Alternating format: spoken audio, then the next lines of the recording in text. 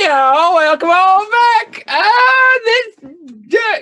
Man, world's crazy, huh? Aliens and Pontus events. If you've been watching us all week, all kinds of wild stuff going on. But here we're back in. We're back in. Which universe are we in? The West one, Westworld.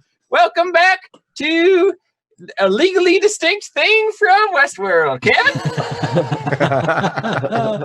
Legally distinct, socially distinct, and physically distant.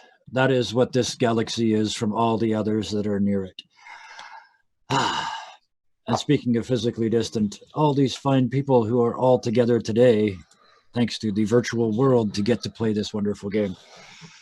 Let's just get right into the introductions right away. Starting right next to me playing Baptiste, we have Ryan. Over in the corner, we have Ellie, played by Hannah. And on the bottom row, we have Alice, played by Sarah. Jet, played by Sky. And Lucius, played by our very own Lessimax. And I am Kevin, and I am the narrator / Marshal of this particular tale. And oh, what a tale it is. But before we get to that, I do want to say, yes, everybody go ahead and grab your 3 chips for tonight. Figure out if you're going to spend some or not. Do what you will with them and let me know when you're done. I'll do a real quick summary here because that's all it's going to take. Last week, you guys invaded Fort 51. Figured that you were completely outgunned. And literally called in the army on a train from hell to save the day. And it was wonderful, and it was marvelous, and it worked. And you guys are never going to see that 3.5 pages that I wrote ever again. Hey, can we skip to getting back into town so that Baptiste doesn't have to hear it from Ellie the whole time? We just skip that cutscene. Insert nagging here. Yeah, speaking of cutscenes, why don't we take the nagging as read while we run the introduction? That was a cue. I'm trying, my man. I'm trying. Hold on. Like, Marty's got a lot of worlds to deal with. He is. Marty is clearly still somewhere in the late 19th century. Stuck on an airship. Yeah, crazy person. There we go. Nope. I'll just keep talking. Well, I just don't understand what's happening. I guess that XSplit decided that the intro video source is now a countdown timer. Don't ask me how. So let's just jump right in. Let's just jump right in. Let's just take that all as read, and we'll get right to the nagging. So you guys, I know. Let's have a crossover. Oh God. I'm done. I promise. Only reason Kevin's alive. Don't kill my character. Kevin's alive. Oh, I'll bury him later. So you guys look out in the yard of the military base, and an airship crashes into it. I was just going to say, from underneath the wreckage of the train, a small parasol protrudes. That is all that remains. And one if metal all of foot. you at home would like to know what it is that we're referencing, right. Everybody follow us and subscribe. They didn't watch it. They're correct. probably real fucking confused. So go watch that after this and go check that out. And there it is. Look at that over there. It'll be on YouTube later on this week. And if you can't wait, you probably shouldn't. Just go VOD it right after us tonight. Don't VD it. That's a completely different thing. Anyway, so since we went there, let's just keep going. You guys have spent the night at Fort 51 in the safety of the barracks with a finger in the air. Lucius, go. hi. So, if you recall, Yes. I was going to do a little tinkering. Yes. I'd also like to do a little inner monologue, if you mind. Of course. Okay, so before he starts tinkering, he feels, well, rather upset about himself not landing that punch at Jet, among other things. His hands on the pen, he looks at the blank paper, and then, and by all means, please step in at any time, Kevin. But oh, fear not. He hears a voice in his head. Stop hesitating. He looks around for a moment. And with a bit of a... I say to you, Lucius, stop hesitating. Why are you hesitating? Are you feeling helpless again? Are you feeling useless? Or is the word of the day for you powerless? Oh, I see. Are you jealous of your friends? I don't know what you're talking about. Really? How about, let's look at Jet for a moment here. Little Jet with his plethora of tricks from his little raven mama. Miss Alice with her mind tricks. Even Ellie, little Miss Ellie, has a huckster's deck. Potential to start something. And of course, the courageous, the powerful, the man needs no introduction, powerful Baptiste. Face it, they're getting ahead of you. Why don't you just do something for yourself for once? Stop making little tricks and trinkets for them that they're never going to use. It was for emergency uses. Adults are talking here. Listen carefully. You try to take the high road by always saying you don't want power or money. But you of all people covet power among all things. Why do you think you hang around these people? Come on now, let's not lie to ourselves here. Your friends went for the little guns, little space guns. You went straight for the power source. You want power more than anyone. Stop lying and stop hesitating.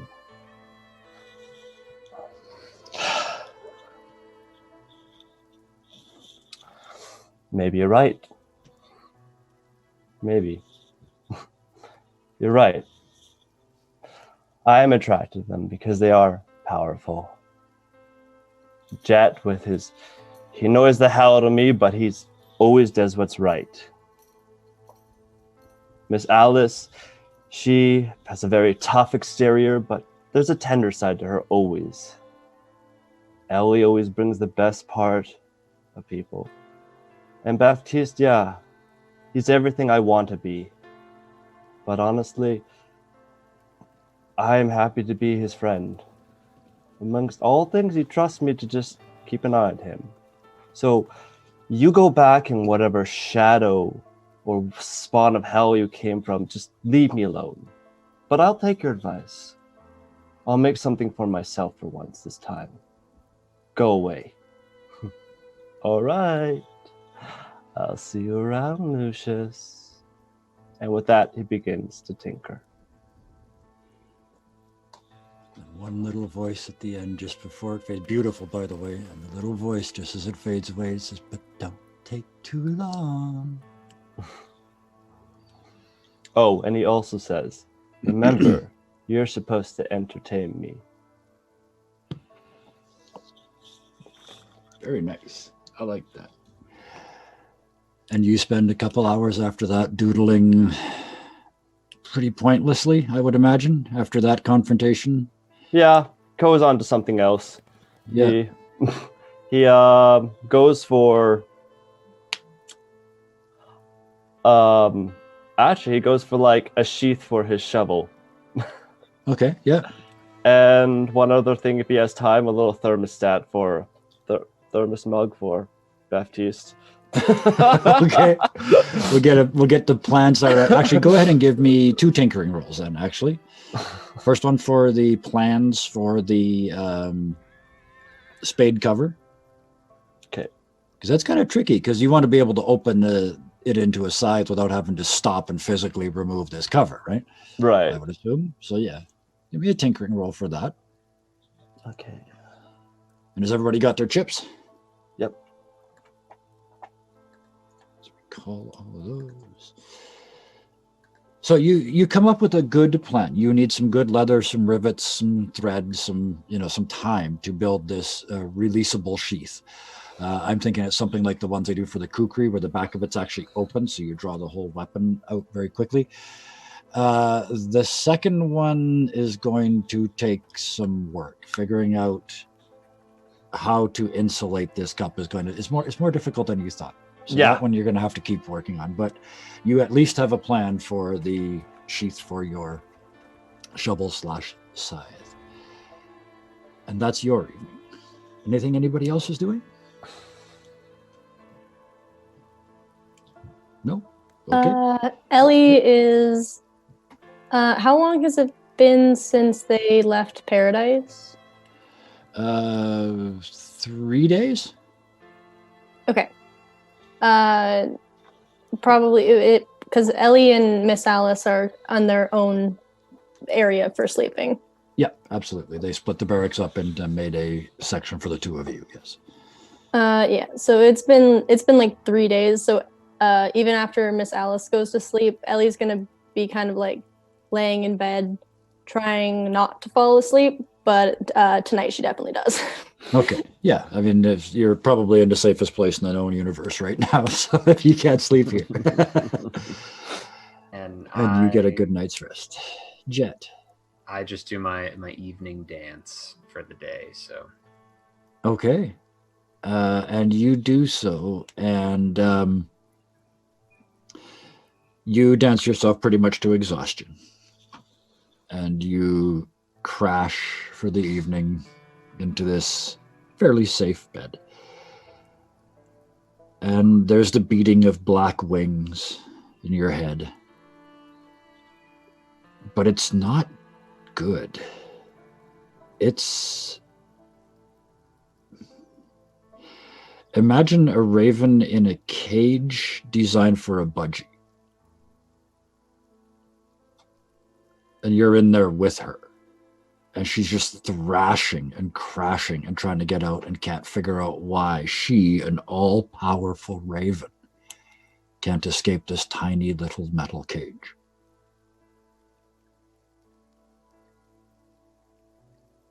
And she's so angry. Am I here or am I just experiencing this? This is, you recognize this. This is one of your dreams. It's been a while. But you are sleeping somewhere. But this is very real. It's like she's, the cage is this big, she's that big, and you're this big, sort of on the perch between her feet, trying not to get crushed. Oh, Lord. Can I, I guess my question was, do I have, the ability to speak here? Like, am I actively here, or is it just because in a dream you don't always feel like you can do anything? You try to speak? What do you try to say? I guess I'm more just like, hey, whoa, hey, what? Why? What's going on? Why are we here? She completely ignores you. Utterly. Like you're not even there. And she's smashing her beak against the railing, and it's bending, but she's not getting out. I'm gonna grab one of her legs and try to phase through the cage with her. I guess that's all I can think to do. You grab her leg and squeeze, and you wake up back in your bed with the pillow wrapped in your arms. And you phase, and your arms go through the pillow, and it falls off the bed, and you're sort of hugging yourself. Oh, I liked that pillow.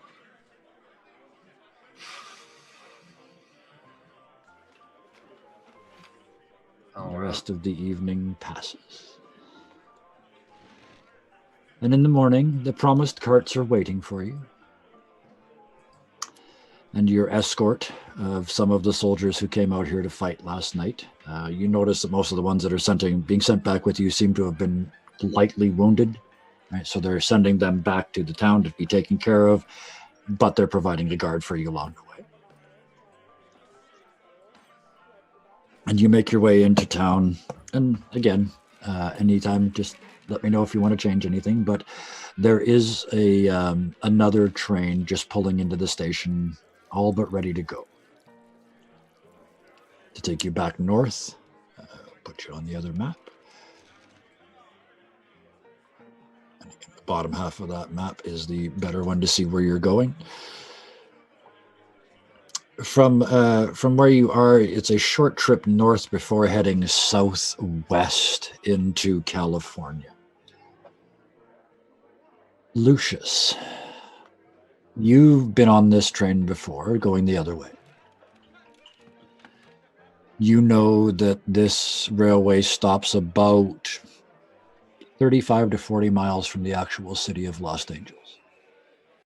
And from there on, it's just a dirt road. And you're past. So you are pretty much the only one that knows what to expect in this environment. It is very deserty here. It is very dry, very windy, very miserable. All of your horses are in storage, although I guess Rebecca doesn't need to be. Apparently not. But the other ones are in the train with you guys. And it's about a 2-day trip from here to the end of the line. So I will ask again, it is now 2 days, if there was anything anybody would like to do on this train.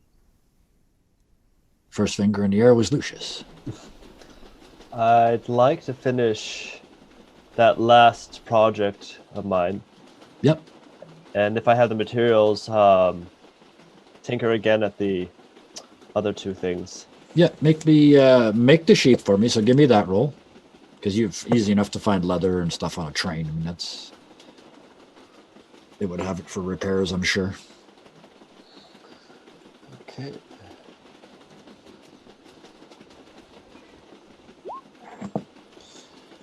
So yeah, you get the sides built, and you come up with a better design for this thermal cup. The big problem was the lid, because it's hard to double layer a lid to make it insulated, but you figured it out.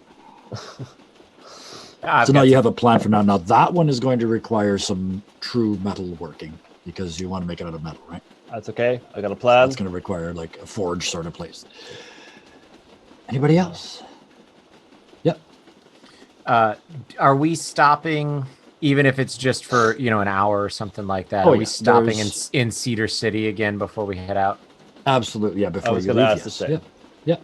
So I'm happy to roleplay as much as you want, or this can be a quick and done. So Baptiste goes to the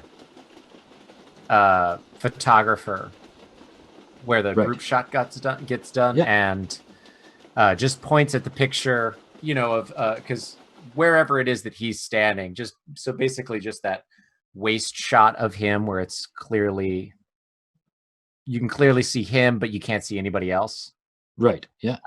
And asks the photographer and says, "Can you just isolate this bit and make me a copy with just a picture of myself?" A portrait. Yes, I can do that. Sure. Can you get that done expeditiously and give me 2 copies? Sure. Yeah, absolutely. Yeah, no problem. I got the negatives are right here. Yeah. So he quickly starts bustling that. And when that's done, I actually make my way to the post office. Okay. And so 2 parcels. He puts one of the portraits in and addresses it to Virgil Earp, Dodge City. Okay. And just on the back of it, writes for Wyatt. And then on just a postcard that goes in it to Virgil, just says, "Dear Virgil, at your earliest convenience, if you would place this at his grave." And the second one he puts in the envelope, and it is on a slip of paper, it says, I will be seeing you at some point. And it is addressed to somebody in Texas. And we will leave it at that. And those go He into sends the that off. mailbag to head back the other way, partway back across this country of yours. And that is on its way. Anybody else? Yep, Jet. So I just say that I every morning and every night I do this, but if I'm exhausted from the night before from having a nightmare, I can chalk that off and only Yeah. do. You said 2 more days, so that'd be 4, 3, or Yeah. Yep. Yeah, I'll figure it out. Anyway, the only other thing I want to do is during one of these points, I assume I go somewhere, like either in a cart by myself or like I don't know if I'm good enough to go up on top of the train, but maybe for this I might. But I do want to try to call Raven and ask about what was going on with that. About you want to ask her about the dream? Mm-hmm. Okay. Trying to figure out, do we need a... No, we don't need a roll. It takes you a while because you're kind of put off by this and you're trying to figure out how to contact her. And it's not easy. It's not as easy as it was when you were in and near paradise. It's more challenging. You have to really concentrate. But eventually you feel a connection, at least a mental connection. She's not here, but you can talk to her. And she goes, yes? Were you... Where do I go when I dream? Have we talked about this? I can't remember. We haven't spoken of it. Your dreams are your own. Are you present in them? Do you know? Were you there? Maybe last night? I would not remember being in your dreams. They are your dreams, not mine. I did not dream that I was in your dream. You were in a cage, and you couldn't get out, and you were having a hell of a time, and I was real little, and I was pretty worried and concerned, and I don't know what to make of it. I don't know what it means. You don't think that was me in the cage, do you? You don't think a cage could hold me? I mean, I don't, but I can't, Who was in the cage, Jet?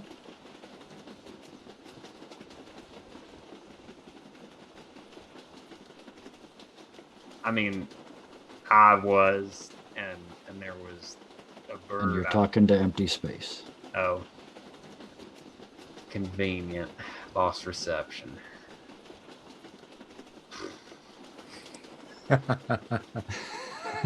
And yeah, I guess I'm just sitting on the top of the train ruminating on that. Yeah, and from that point on, you have, again, it is very difficult. You can tell there's still a connection between you and her, but it is certainly not what it once was. And it seems to be getting more tenuous as time goes on. Oh, I gotta get out of California. Or, we're not in California. We're probably Not quite yet, nope. You ain't even got there yet. You already want to leave. Yeah. So that leaves Miss Ellie and Miss Alice. Alice spends basically the whole journey. How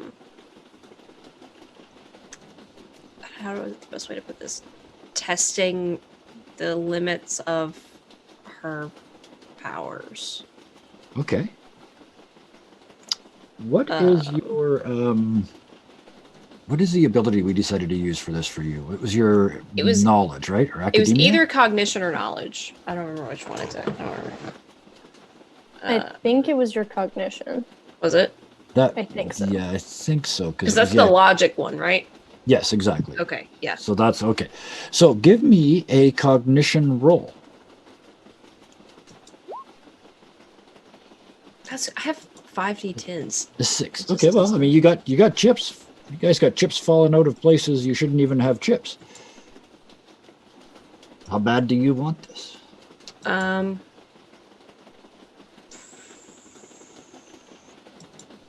Fuck it, yeah, I'll burn a chip. What's the white chip again? I can't White remember. chip, you roll 1 die. So you would roll 1d10.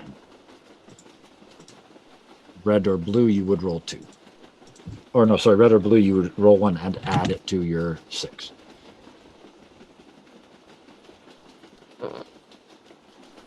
Fuck it, why not? Oh, that's better. A 9. Okay. So you draw, from that deck, draw 7 cards, please. Wrong deck. Now have a look at those and build me the best poker hand you can. There's a chart for this. There is. Or you can just drop all 7 cards out on the table and we'll figure it out. I may end up doing that. I feel like I'm just gonna do that. Just do that. That way we can all figure it out. This is actually weirdly partway through into season 2 before anybody has actually done a huckster thing. So let's see what we've got. It's not great. So far it's not looking very good. Well, pair of 10s at least. These can just 1, 2, kinda 3, 4, fuck 5, 6, off. 7. Okay, that was all of them. Okay, you have a 1 pair. Okay. Yep. So you can't make this work until you take out the deck. A deck of cards. A simple deck of cards like Jesse used to use. Okay. And That you makes start sense. shuffling and playing with them, and you lay these 7 cards out on the table. And you look at the 2 10s. You know, that's a thing. That's a poker thing, I'm pretty sure. And for a second, you look down at the table, and you're not sitting in the train. You're sitting at a round, green felt table. And there's 5 people and you sitting around it. And there are cards in front of all of them and piles of poker chips. But in front of you, the biggest pile. You can almost not see over it. It's got almost all of the chips at this table. And you can feel rage and anger and frustration and annoyance and fear coming off of these people sitting around you. You have cleaned them out.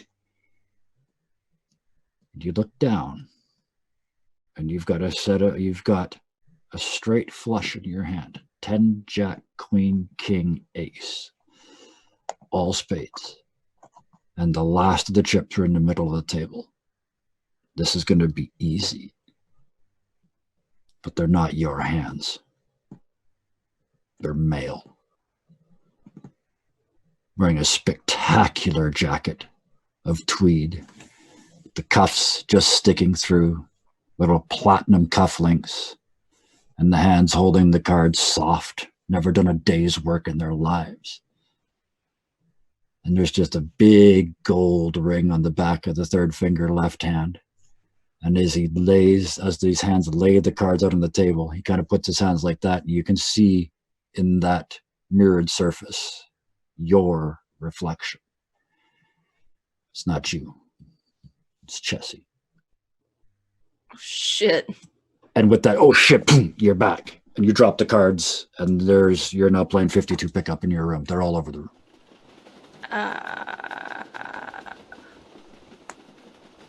This is because she wasn't necessarily trying to get to Chessie. Because as far as she was concerned, she didn't feel like she was ready. Not even mental acuity ability wise, just emotionally and like. You were there as a rider. You weren't in his head. You were seeing through his eyes. It's different. I'm trying to figure out if Alice would know, have any way to know if he knew she was there. You did not get any sense of that at all. Okay. So I got no idea. No clue. Okay. Well, no, pardon me. You got the act by what I meant was you got the active feeling he did not know. Okay. Yeah. So this was kind of a little bit different than what I'm used to feeling. Okay. Yeah, I guess she just she kind of spends the whole journey trying to figure it out. And at a certain point, she would try to find people like in her party that she can ask, can I test, like, can I try something? And like, she would kind of make her rounds. And we can roleplay that or not, it doesn't matter. Yeah. But Yeah. Who do you ask first? Who do you walk up to amongst these four and say, can I go inside your head, please? Well, she's already been in Jet's head. Mm-hmm. She's been in Baptiste's head. Mm-hmm. Ellie is an enigma to her. And I guess it would have to be Lucius. Because Yeah. she's been in Jet and Baptiste's head, so she knows that she can get there. And with Baptiste, she got there from like a really long fucking distance. Yep. Mm-hmm.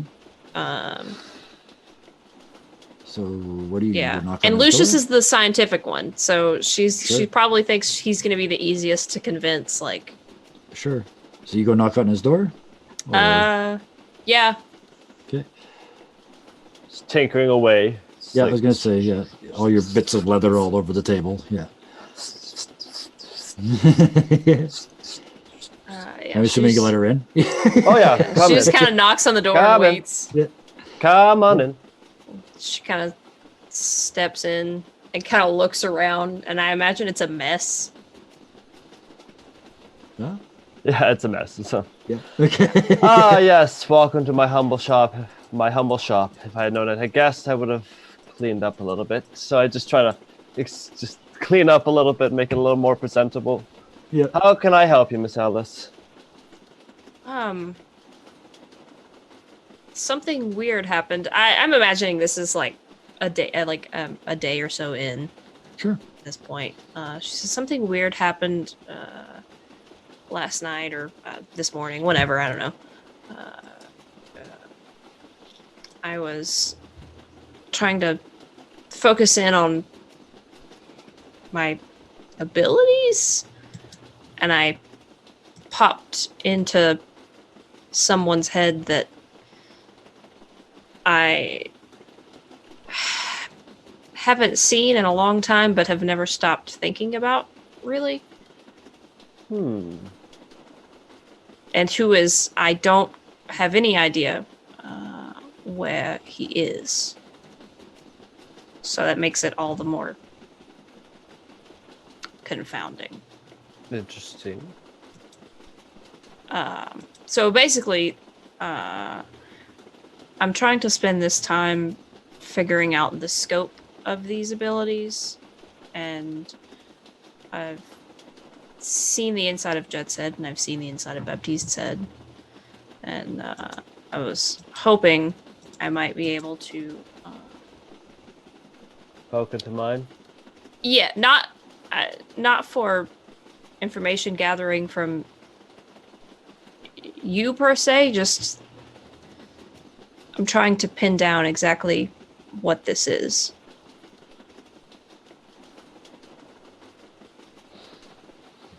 For science.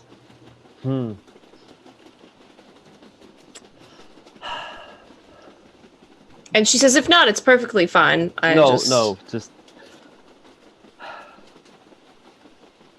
I've been for science, sure. I want you to know I'll allow you access to my head, but everything that's in there I've been wanting to share with everyone. So but if you'd like to take a peek. Give me a cognition roll. Okay. Just before she does, you're letting her in, or yeah. Just 'cause before this- she this does, is just important. like, just before I do, I'm like, please just, whatever you see, just, please let me explain everything if you see something out of place. And she says, kind of, so far, I seem to be able to communicate kind of with you. I don't I don't really know. And I spent every single one of my chips to up my cognition. So this time you really focus. This was the 9 initially. Mm-hmm. You going to do anything to modify that? I don't have anything. I spent all my chips. Oh, you spent all your chips. Okay, well, he let you in. So this is... Okay. You know how you saw the inside of their heads almost like being in a room? Yeah. That happens again. And like those other rooms, there's these like safe deposit boxes along the walls where the secret stuff is hidden. You land in the middle of the room, you look up, and they're made of glass. You can see everything. The good, the bad, the ugly. And none of the stuff that's hidden away is worse than what's right in the middle of this room. Right in the middle of Lucius, there's a row of caskets. Okay. I mean, he's an undertaker, so Mm-hmm. it's as You far walk as up- Alice knows, it's kind of on par.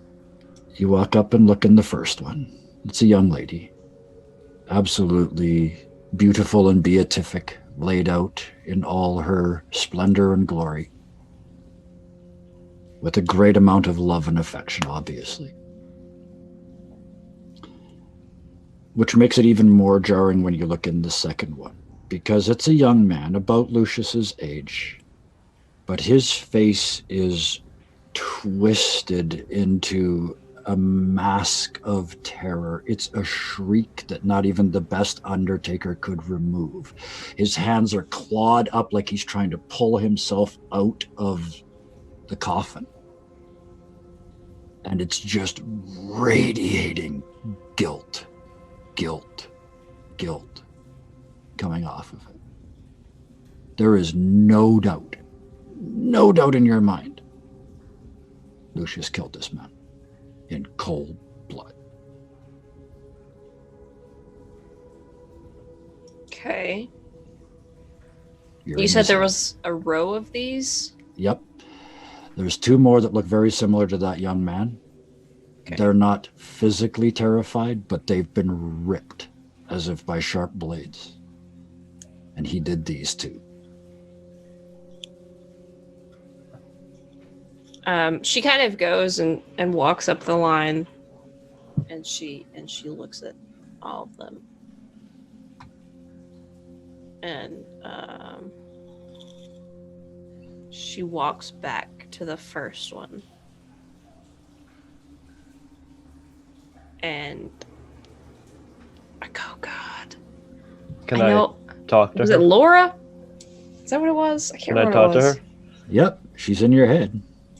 Beautiful. I imagine if you just think. I don't know how this works. I haven't. Can I say I'm subconscious of myself kind of appears to her? Just your voice just rings out of Okay, the walls. that's fine. Yeah. Beautiful, isn't she? I told you and Ellie about her once. Gorgeous red hair. Alice says, so she's the one That would be Lily. when Ellie was trapped under the train. Yeah. And Alice, this is why I'm trying to figure out how this works. She thinks of that image of him, like trying to claw Ellie out from under that train and saying, "Lily, Lily, Lily, Lily, Lily." Yep. She just thinks it. She doesn't try to project it. She just thinks it to see what happens. I'm just going to show her what happens. Open that up. So you're going to show her what happened to Lily? Yep. Also, keep So in what mind, happened? before that happens, I was like, hey, the man in the other box, see that gun he's holding? Pay attention to that. And I show her the next scene. Which is? 5 men. Myself and Lily at the train station. Give me all your money. He says, sure, just take whatever you want. Don't hurt us, please. And the watch. Okay. No. Lily intervenes. It's like, Lily, it's okay. Just let it go. Let it go, Lily. Let it go. Bang! Same gun. Silver gun. A silver gun with a scorpion embroidered on it. I made that gun. I made that gun a long time ago for my best friend.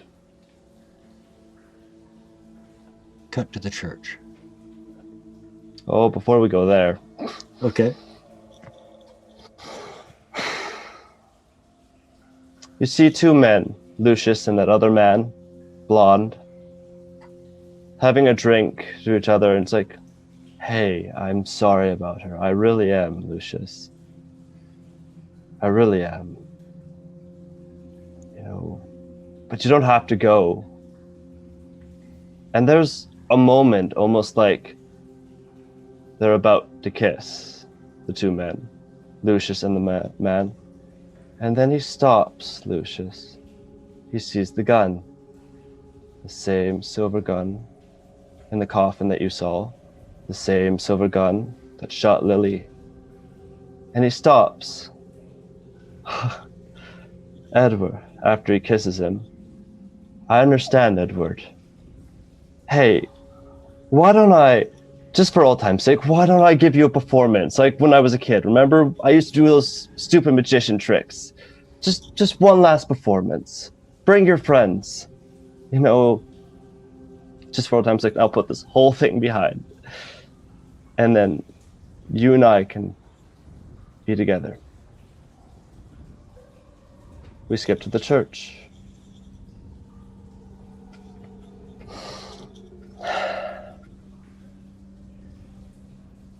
Blood moon, abandoned church. Edward walks in with his friends. Gentlemen, says Lucius, standing at the head of the pastor's what do you call those again? That. You know what I'm talking about, but he stands in the front. Gentlemen, welcome. Let me give you a show. It's certainly going to be death-defying. And he pulls a switch. And with that, these boxes open. Wire flings everywhere, and it grabs the men. It entwines them and drags them slowly into the boxes as they scream. And they're entwined in the boxes. And it almost looks like the twine is squeezing them just enough. And Lucius says to Edward, you didn't think I would figure it out? That you killed Lily? You used the same goddamn gun I used. That I made you. Same goddamn gun, and you killed her with it. And you can't even...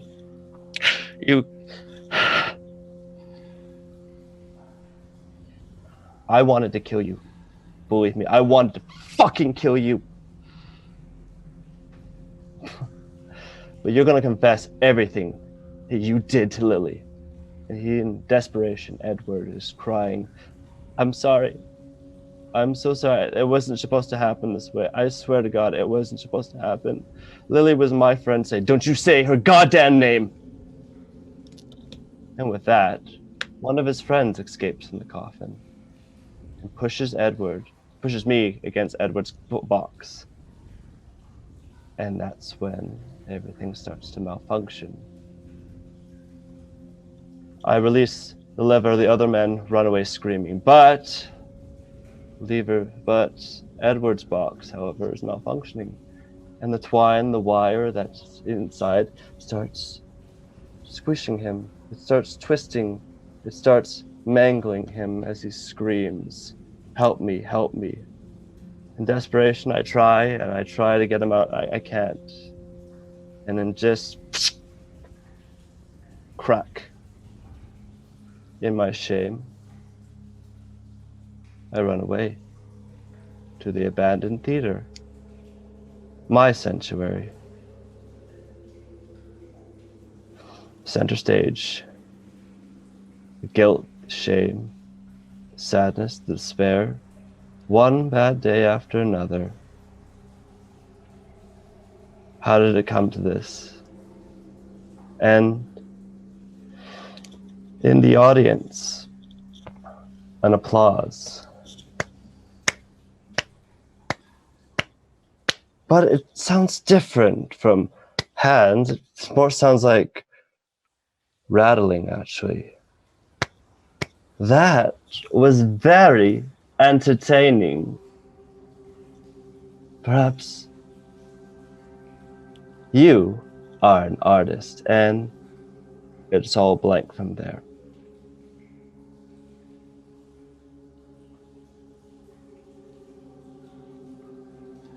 So it's like watching a movie. Yeah. Alice, the whole thing laid out. I was hoping to just tell you all, but honestly, I think it's better to show it. So here's a question. Yeah. If it's like watching a movie, because it's Lucius's memory. Yep. But, so he was focused on very specific things at each point. Yep. So what I'm curious about, is Alice able to see or discern anything that Lucius missed? Give me another cognition roll, because this is, focus within focus, right? Yeah. So, Yeah. Same. I'm stuck on the 9s, apparently. still another 9. That can't be a third 9, really? Oh, okay. Yeah.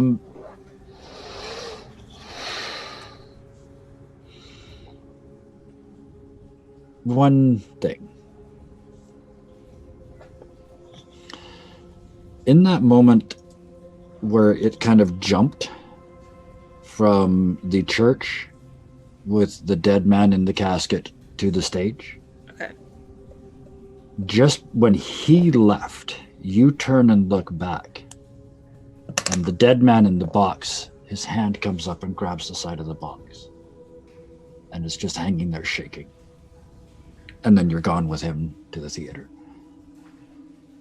He's not dead, but Lucius doesn't know. Yeah. So what you figure out is that Lucius is feeling overwhelming guilt for murder he did not commit. The guy didn't die. And it wasn't murder to begin with. But Okay. the inside of his head is like a shrine to shame and guilt. That's why it's all black in here. Yeah, so when the theater thing happens, do I see the creepy voice person? No, Okay. Oh, just in the shadows. may I show her one last thing? Yep. So, I explain to her. Afterwards, I woke up in a state, one state over in a hospital. Apparently I was found in the wastelands and I was in a coma. But it didn't make sense. I was gone for 2 weeks. So I was in a coma for a week and I don't remember a week of my life. And there was a noose around my neck, apparently. And, well, I went from job to job, never stayed for very long, and then eventually I ran into you. And then the rest, as they say, is history. So is it like pitch dark? It's not pitch dark. You can see, because like I said, you can see through all these little The glass. the secrets. Right? You can Like, see yeah. all his secrets. But it's like a black mist. And was the black mist there before he showed me everything? It's Okay, so it's like- it okay. permeates this place.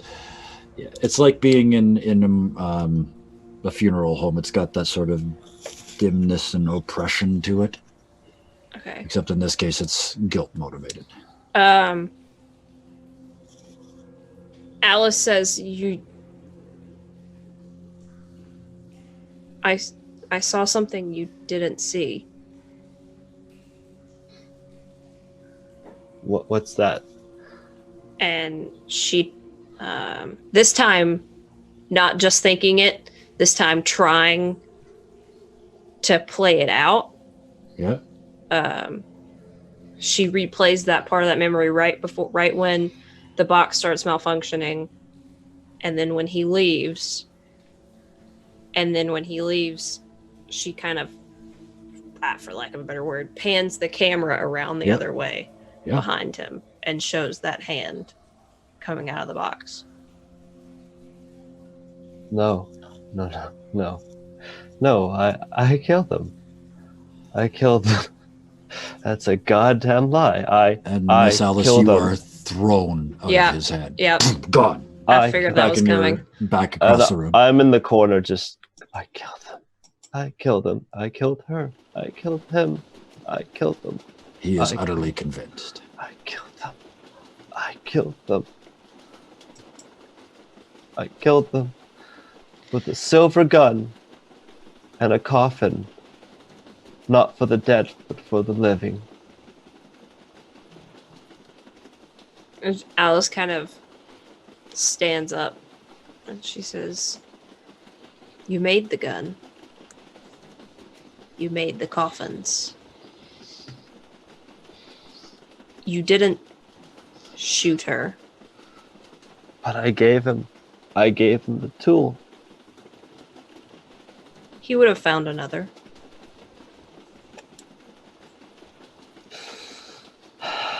And she says, and as far as killing him, I don't know that your information is accurate on that. See, that's the thing about being inside these things. This was the first time I've tried to interact with someone's memory. But I was able to see what you couldn't.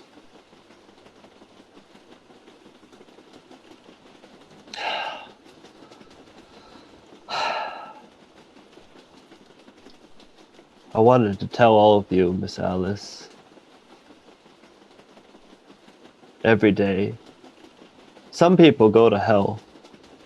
I carry my hell with me every day. Can you do me a favor? Because you can clearly see I'm too much of a coward. Can you tell the others? And I know Baptiste will probably shoot me. Or Jet will probably drag me in. You and Ellie probably will think I'm a monster, but just, I can't go through that again. I think if you told them your version, that they might feel that way. You saw it. I did, and I don't think we see it the same way. Would you back me up then? I mean, I can, but I think the first step is to try to get you to see it the way that I see it. What's that? Her death, particularly, wasn't your fault.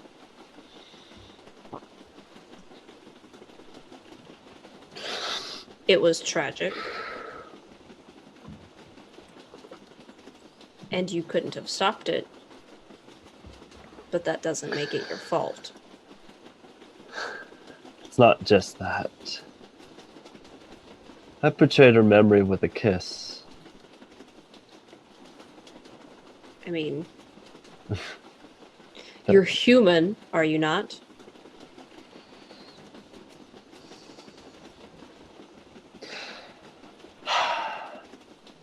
That's a weird word. Never considered myself human. You're flawed, are you not? I suppose. Having flaws doesn't make you guilty.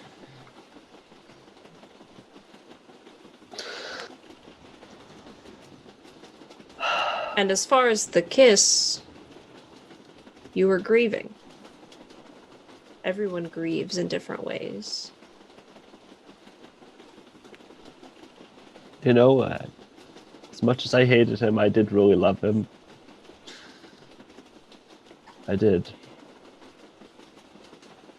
But I know he didn't love me. He wanted to own me. That's why I could never love him. Often, we love those that are bad for us. It's not uncommon. It's not rare.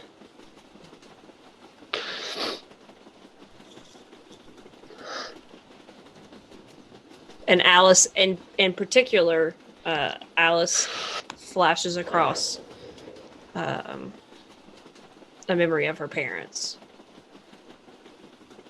Talking about loving people that aren't good for you. Yeah. You guys just sort of sit in that room and let it all boil for a little while. Yeah, Alice isn't leaving anytime soon, especially with this proverbial wound Yeah. being freshly opened. So you guys stay in there. Ellie, you have, I don't know if you've said a word, and we've been playing for an hour. So what is Ellie doing? Everybody kind of split their separate ways, so she's just kind of hanging out in the middle. She's tired. Mm-hmm. But she's her deck of cards, do they look like just regular cards? Yes, they physically look like regular cards. But as soon as you start handling them, you can feel there's more to it than that. Well, she doesn't want any part of that right now.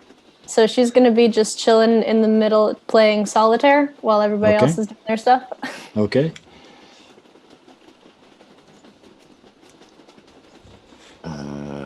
Let's do that.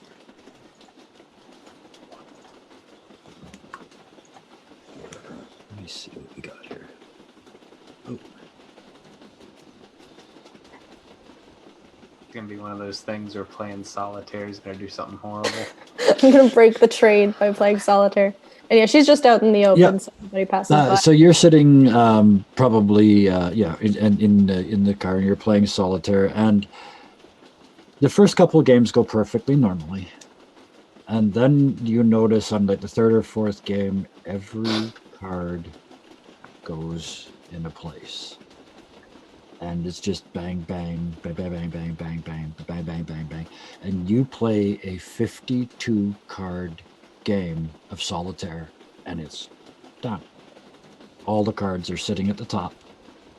The game is finished in one round.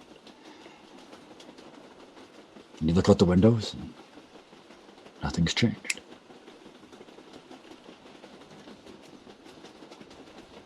Great, these cards don't even work. You pick them up and start to shuffle them again, and they are different. They're yours now.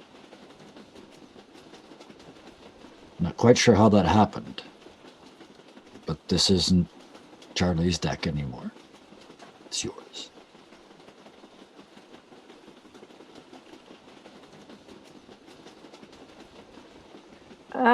Well, she's gonna get mad at the cards because they're not working the way she wants them to. Yep. So she's gonna put them away, and she's just gonna pull out a journal, I guess, and she's just gonna start writing a bit. You don't have to tell me what you write, but about what? She's trying to. She's starting to write from about Paradise, about what happened. Okay. I like that. I like that very much. So yeah, you start to put it together. It probably doesn't come real naturally to you, but you hit a style fairly quickly that works for you, and you're reading part of it back, and it sounds like fiction. It sounds like a story you'd read in a dime novel, but you know every second of it is true. Yeah, and the way she's writing it, when she's writing, and she's not very good at writing. Mhm. Like, she can write, but she wasn't really educated very much, so she knows how Yeah. to, but she's not very Sure. fast. Yeah. But she's kind of writing it not quite diary style, but she's writing it like she's telling somebody. Because in her mind, Perfect, she's yeah. like, when I eventually find Carson, I'm not gonna know how to tell him all that happened. So she's writing it basically to her brother of, here's all the crazy shit that's happened. Oh yeah, I like that very much. I like that very, very much. That's wonderful. So it's going to take you, I mean, ages, because you've got to put it in order, and you've got to make it make sense. And it didn't make sense, but you've got to make it make sense. And how do you write the part about him when he was and like, it's challenging, but you just disappear down this little writer's hole and start creating this story. And eventually you stop worrying about whether it's believable or good or not, and you just tell what happened. And if you ever let anybody else read it, they're probably going to think it's pretty good. But I'll leave you to judge your own writing. How creative! What an active imagination you have. Well, where do you come up with your ideas? Yeah, right. And with that, I think anybody else? We're about to get to the end of the line. And as you do, this has now been a couple days on the train. All of this is worked out. Miss Alice and Lucius. Are you, Miss Alice? I'll ask you. Are you sharing with anybody else the story? Not time. Not yet. Okay. Her main focus at this time is trying to get Lucius A to believe that. And I urge her, about it's what like, she saw about him Yeah. being alive, and Yeah. B, that Lily's death wasn't his fault. Alice, we need to tell them. They need to know what they're getting into. I don't want to be responsible. I don't want to take any of you down for what I did. When the time is right and appropriate.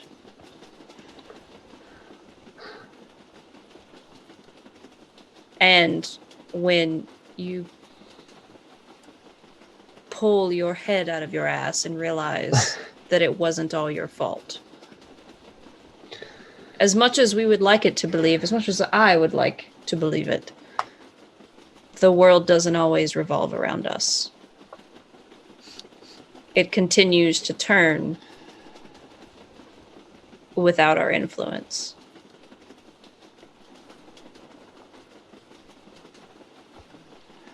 And so for the moment, it remains unsaid.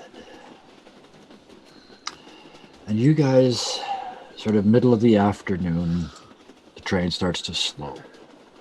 And you're in the middle of nowhere. There's no buildings, there's no town, nothing. And the train comes to a stop at a single small station in the middle of the desert. And next to that station is a very weird thing. It's a turntable for a whole train. Like the engine, the coal car, and 6 or 7 carriages all drive on, and it's gear driven by oxen that slowly turn the whole thing around to go the other way. There's no obvious reason why the tracks stop here. They just stop. The train's crew is muttering and doing all the work themselves. There's no staff at this station as they're unloading the baggage, which is only yours. and the horses, which are only yours. There's nobody else on this train. There's off to the side a small plank sign that someone has nailed to a post and painted on it, City of Lost Angels, 25 miles. And there's a faded, chipped, painted arrow that hangs all crazily by one nail on that same post. And below it, you can see somebody has sort of carved something into that wording, but it's kind of hard to tell from this distance just as you get off the train. But somebody has carved something into that wood below the arrow. And on the horizon, in the very western distance, just below a ridgeline, you see 9 huge white X's. All in a row. They've got to be... Can we see what it is that's carved underneath? You said Absolutely. There was something else. Yeah. You walk over, and on the arrow, someone has taken their knife and carved into it, 1 star, did not enjoy. Oh. This is not ideal. Next to this is not ideal. And next to it, instead of a star, there's a small skull carved into wood. Quite the welcome sign. It's boy, the ratings review system here is not advanced. I haven't even been in here already, and I already feel like I have bad memories of it. I just spit on the side. I don't Mhm. miss this. I didn't miss this fucking place. Well, At all. Lucius, you're the only one that knows what's on the other side of that ridge. The only one that's been there. There's a shallow depression on the other side. And beyond the City of Lost Angels, and beyond that, the Fractured Lands. Home. Just over that hill. I actually have a question. Yes. So what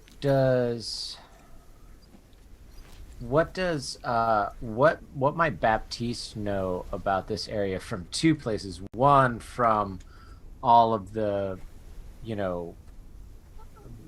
different cowboys, and lots of people came through Wild Bill's place and all that. Sure. But then also 2, what does the church have to say about this place? I would like to get in on that as well, since I'm from 1 state over. Absolutely. Historically, this state has been known as being run by Brother Grimm, who was a renegade priest who was too wild for the church and kind of set off on his own. Since Like in a then, Jim Jones kind of way? very much in a Jim Jones kind of way. And just recently, something seems to have happened to up the ante. And he has started calling himself, Lucius in particular knows this because he got a letter. He has started calling himself phrasing. Father I Grimm. thought you just said he started calling himself Lucius, and I was like, well, I'm going to shoot him. Yeah, and Now I'm going to shoot him, and now Ellie's going to shoot me. So yes, he calls himself Father Grimm now, and he has said that he is going to take all the people of the City of Lost Angels to the original City of Angels, which is out somewhere on the Fractured Lands. And it is very much a cult. That the church's official position is this is a large and dangerous cult. The secular world's position is that the crazy people on the West Coast are best left alone. That would be, especially the Arizona jet, that would have been your sort of, jet, yeah, just, they're crazy. You just leave them alone. And they don't get in no trouble over here. Alice pulls out, if you'll let me, a newspaper that I imagine she stole from Dan's desk before everything went sideways. Sure. Yeah. And just kind of, because she never read the full story, the full article. She just kind of read like the highlights. Yeah. And she just kind of takes it out and starts looking over it for anything that might be relevant to Absolutely. Yeah. Anything. Dan's opinion of this was that Grim feels like he's losing power, and so he needs to isolate these people. It is also Dan's opinion that he's not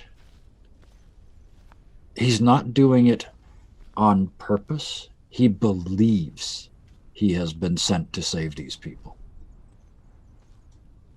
Okay. That actually tells me quite a bit as far as. She'll kind of tuck the newspaper and put it back up. Yeah. I'm gonna say for Ellie's perspective, I mean, you can play it as how much she actually knows or not. Yeah. But I'm gonna say, being a bartender who traveled around a lot, she's got the too much knowledge side of it, where she probably knows some true things, but she's heard every single drunk patron ever has claimed they know what's going on and has visited and met Father Grimm.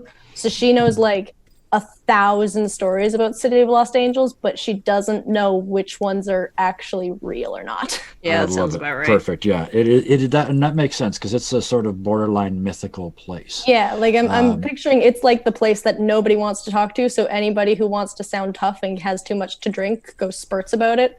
So exactly, I mean, she may have encountered a few people that know real stuff, but she just has heard 3,000 things, including Father Grimm is the literal devil. He came over from Australia, so she doesn't quite know what's actually real. Absolutely, and as chat just pointed out, the things that you know, they can't all be true. Like some of them they're against each other completely. Yeah, she's got the too much knowledge, too much information. Where most of it's probably just bullshit. Yeah. And Lucius, when you left, it was a religious place, but it was still relatively free-ish. And you get the feeling that was no longer the case from your aunt's last letter. So the cult just slowly took over. It looks like when you left, it was still had sort of shreds of religious decency attached to it. And it appears from what you've heard and seen that this person has crossed the line. He is... however you want to refer to it, he is and now endangering all these people. So, make a scrutinize check for me, Lucius. You'd be the only one that would know this. Oh God, I should have put more points in that. If we had a nickel every time somebody in this group was just like, "Oh no, not my scrutinize," I should have put more. Hey, I upped mine. Mine's up to 5. I'm going to use a chip. Okay. A white chip and just reroll 1d6, or a blue chip and roll 1d6 and add it, or what would you like to do? For the sake of the story, I will give up my solely blue chip. Okay. Probably gonna fuck it up. It's all right. I burned them on pictures, so it's fine. Yeah. But I love the fact that they almost never, other than there was one particular fight where he went through all of his chips in one fight, but other than that, they very rarely get used in combat. So go ahead and give me, use the keep all and roll 1d6, and we'll add it to your 5. So keep all, and then Macro put 6 on there? Just 1d6, yeah. Okay. 1. Glad your macros work, Kevin. They didn't always. You got it? At the bottom there, Lucius? So. Said submit. Weird. Oh. It Did not go okay. through. If you would be so kind, Kevin. I'm just going to do it. Yeah. Thank you. So that's a 10. So 15. Yeah. You look over the hillside where you know City of Lost Angels is, and you know that city runs on coal. And it runs all the industry, it runs the port, it runs everything. There's no smoke. Huh. You look around, there's not enough wind to have like pushed it down flat. There's no smoke coming from that city. I point that out. It's like there would always be coal coming from there, like smoke. There's nothing. This is California is the leader of green energy. They got them solar panels. Yeah, the X's start to spin. They're giant windmills. No.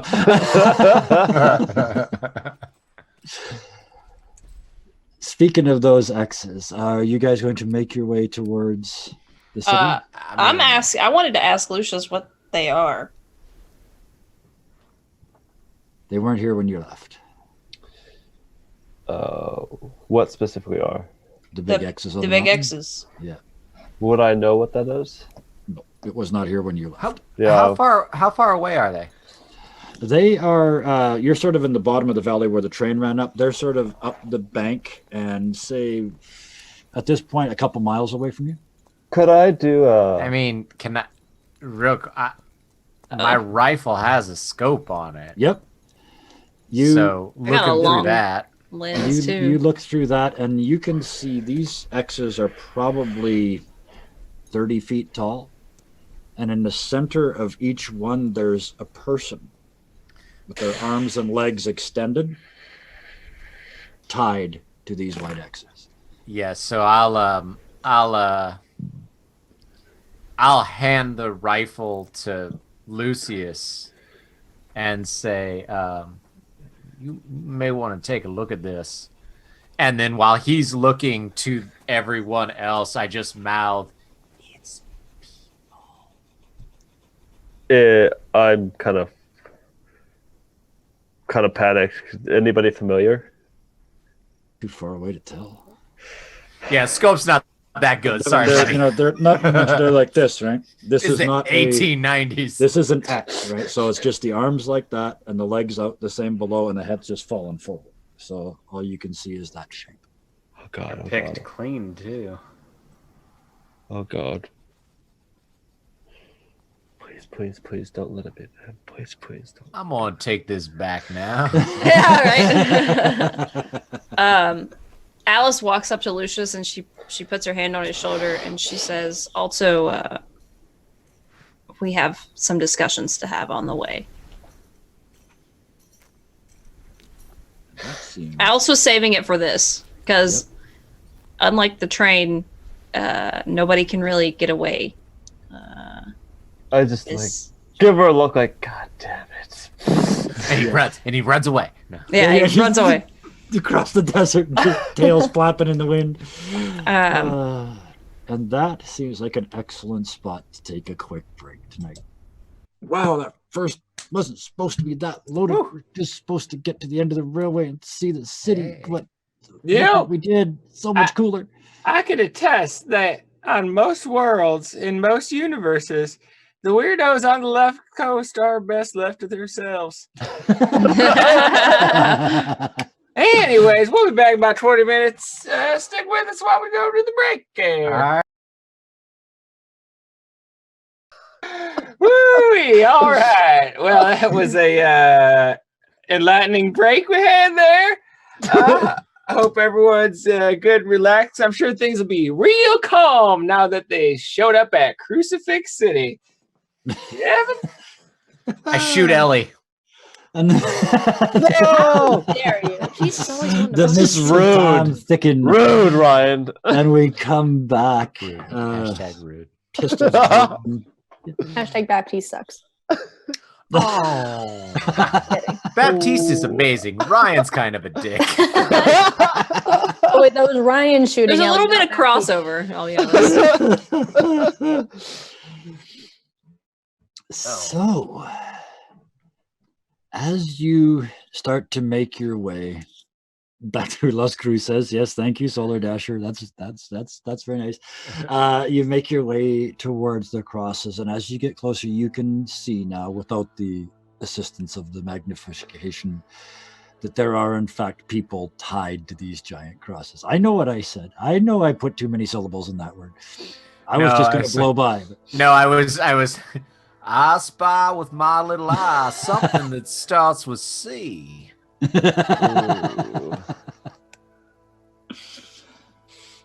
You guys All right. see that on these big white X's are tied these people. And as you get closer, give me anybody who's looking at them. Give me a scrutinize check. Yep. See if you notice anything about it. Absolutely. What is with the nines? Well, it could have been worse. Could have been a 5 I know it's just weird. or 6 It's like, or 2. The or one I another got. 5. Jesus. Wow, why is So- my 6 looking decent? That shouldn't happen. Out of all of these, Miss Alice, you well, this makes sense. You pull out your camera because it has some magnification as well, mhm. and you kind of zoom in a little bit. They are tied to these white X's with very thin branches, long, dark branches, and on them there's these green leaves, and they're kind of waxy and pointy. You notice here and there little clusters of red berries. Holly? And they're Give me a nature check.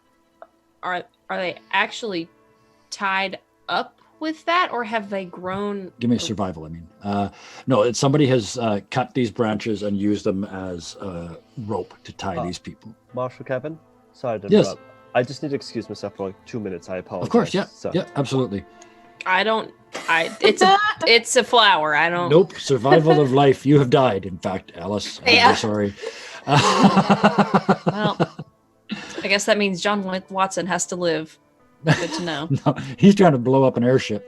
Yep, Uh, it's fine. Anybody Fuck else? me over here, and I'll fuck you over there. Is there? I mean, so well, I guess I already rolled as the you get scrutinize closer, yeah. in general, but is there any is there a sign that says what they did? Is there they're all missing? They all of them have a big hole in their chest. Like, is there? As you get closer, you notice a couple of things. At least one of you will notice these branches are they're called withies. They're just very thin branches. The plant is holly. Green leaves and the red flower, or the red berries. So, my little joke. These people are all quite literally holly wood bound. I thought All right. that was Well, something serious. thanks so much, everybody, for coming to the show. Come on. We're- There were 9 X's. Hollywood. Come Yep. on. That's what Yep, you were counting it's all earlier. right Okay, there. I saw you over there Yeah, counting. I yes, couldn't I'm figure out counting. what the hell. So what do you? These bodies have been here for a couple of weeks, and yes, there are written on the signs at the bottom or carved into the wood. There are things like non-believer, lacked faith, Mm. heretic. So these are people that questioned Father Graham. So it Probably. appears, yes. How old are they? Couple weeks. They cover the gamut, but most of these ones are quite young and healthy. Anyone? That actually Well, was gonna be my next not question. healthy. is, Yeah. How, They were healthy, yeah. Like, are we able to tell all how young long adults? they've been here? They have been here slightly varying times, but most of them appear to be here between 1 and 3 weeks. Anyone I find familiar? You have to go over and look up at all these faces. Give me a scrutinize. Oh God. Come on, just this once actually work. Just once. Better than a 2. Better There's than one you're Alice's not one. sure of. They look familiar, but they've been here for a while. This body's in bad shape. Maybe? How big are they? The X's are about Yeah. 35 feet from top to bottom. Oh my God. So there's no way cutting them down. Well, you can, because all these X's are built on this sort of trellis structure that sits behind it. And you can see there's hints of paint on it, like somebody at one point had painted the trellis to match the hillside behind it so you wouldn't really see it. Somebody made a spectacle of this. This is a permanent place of punishment. Can we please take them down? It's just I'll, if- I mean, I think it's the right thing to do, but that's going to take a while and probably gain quite a bit of attention. Yeah, Whoever especially Is if is it possible that that where everyone is a place from which these can be seen? Are we close enough where I could use your scope, Baptiste? To see what? to what? Yeah, I just want to look at that one. Oh, sure. okay. I see what you mean. I'd take a minute and unscrew the thing and just take the scope, take the glass off. He of doesn't want to give you the gun. Nope, that's You look. It's not. Oh, please, God, please, please, please. Not anybody you know. Okay, good. I mean, I think it's probably. I mean, you're looking at this one person, so I'm guessing it's obvious. Are you worried that you might have friends, a family that could be in danger? Yeah, well, my mother, she was a Renaissance woman, let's say. She was definitely very against Father Grimm. He hated her a lot, and my family, because my family opposed him. They always tried to bring, like, every time that Father Grimm would bring down a business or bring people down a peg, my family would do the opposite. They'd help them. They'd use their fortune and they'd build the business and make it a little bit better. And it was a constant fight.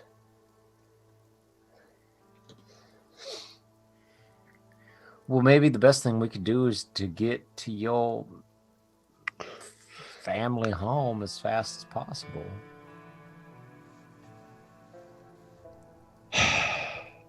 How far are we from the city right now? You've got the rest of this little ridge to climb, which may be another mile and a half, and then you're going to be looking down into the valley on the other side that the city of Los Angeles is in. So it was only 25 miles from the railway tracks to the city, and you've come about 3 or 4, so 20-ish miles to the coast. And You'll Alice be able says, to see it in a couple miles when you crest this ridge. yeah. And Alice says, and we do have the discussion that we need to have before we get into the city.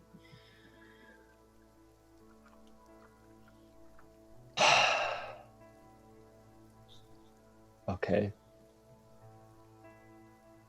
And when he's like, okay, like sighing, she's like, you literally asked me to. I'm No, doing the you're thing right, that you you're asked me to do. Thank you. Just I've done things I'm not proud of before I left. And I'd like you to hear my story, and you can decide what you want to do with me. I've already explained everything to Alice. She took a peek through my head. She saw everything. But I need to tell you. And Alice puts her horse between Lucius and Baptiste. So if Baptiste tries to shoot Lucius, he has to go through Alice. I'll shoot through that horse. So, who tells this story? I think I should. And Alice, I come in at any point, I suppose. And Alice kind of looks at Baptiste and she says, just let him finish and then I'll. And she looks at Baptiste and she looks at Baptiste's gun and she looks back at Baptiste and she says, just let him finish. Baptiste, at that, there's probably a moment where you actually see a little bit of the old man back. And I very slowly get off of Rebecca and take the duster off. So, I mean, he has much easier access to his pistols. At that, And then say, Mhm, well, yeah, if that's what I'm finished, yeah. everyone's going to accuse me of something, I might as well be ready to go ahead. the thoughts in my head just judge, jury, executioner in my head, and for a moment, I see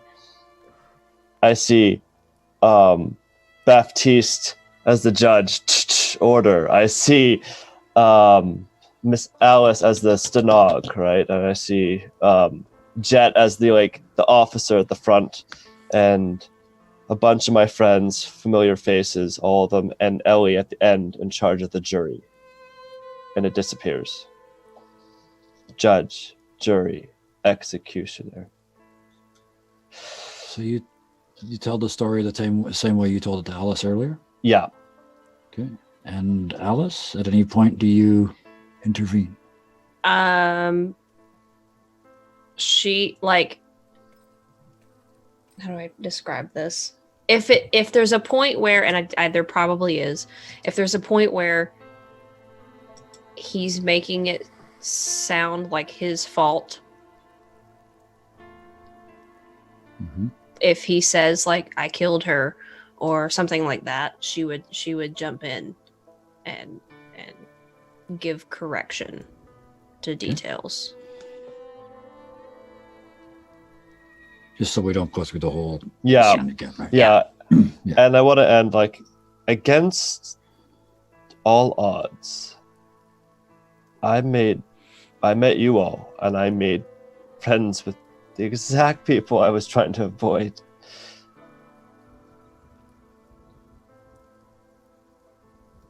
So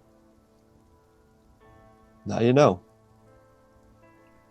I just don't want to drag you into what I did.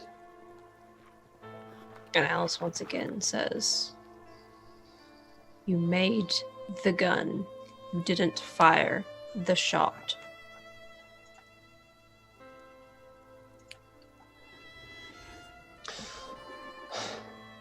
I assume Lucius at least is waiting to see what Baptiste does. Alice is watching Baptiste. Not like... I do want to say one thing to you, Baptiste. I don't remember when we talked. I don't think it was on the barber shop. I don't think it was an accident that we met. I had a dream about you. You walked across the states, your great shadow. And the next day, there you were.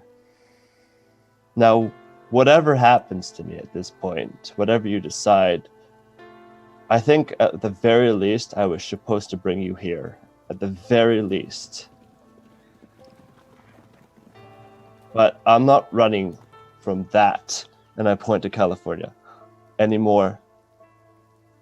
If I can do just something, just a little bit, to know my family's okay, or just help out, that's all I need.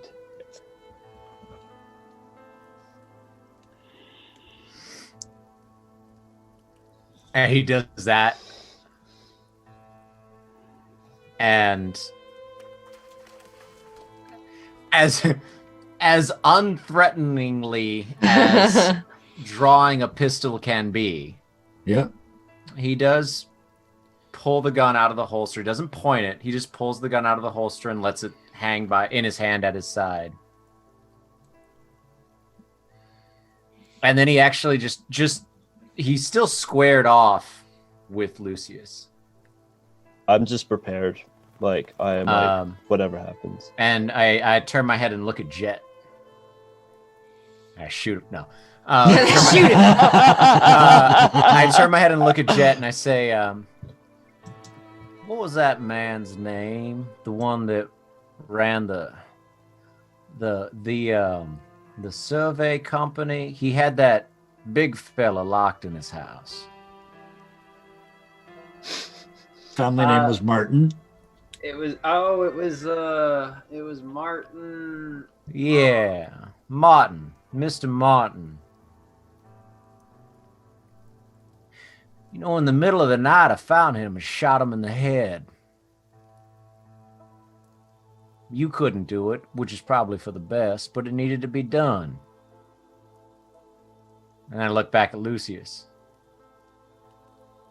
Even when no one else will do it, if someone needs to be shot, I'll get it done.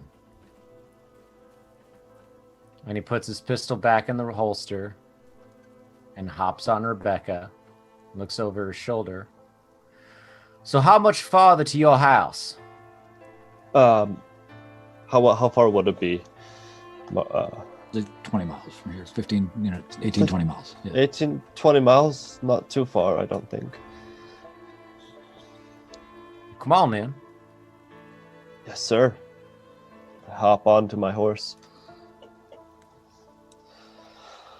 And for anybody who is wondering, yes, that did happen. It happened between sessions and nobody knew about it except me and Baptiste. That's fine. Yeah. Alice, at a certain point, after maybe a mile or two, she sidles up to Baptiste, like on the outside, like where nobody else can hear her.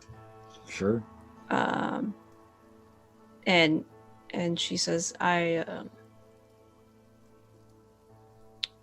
it was not pretty what I saw. He carries a lot of guilt for something that I really don't see as his fault.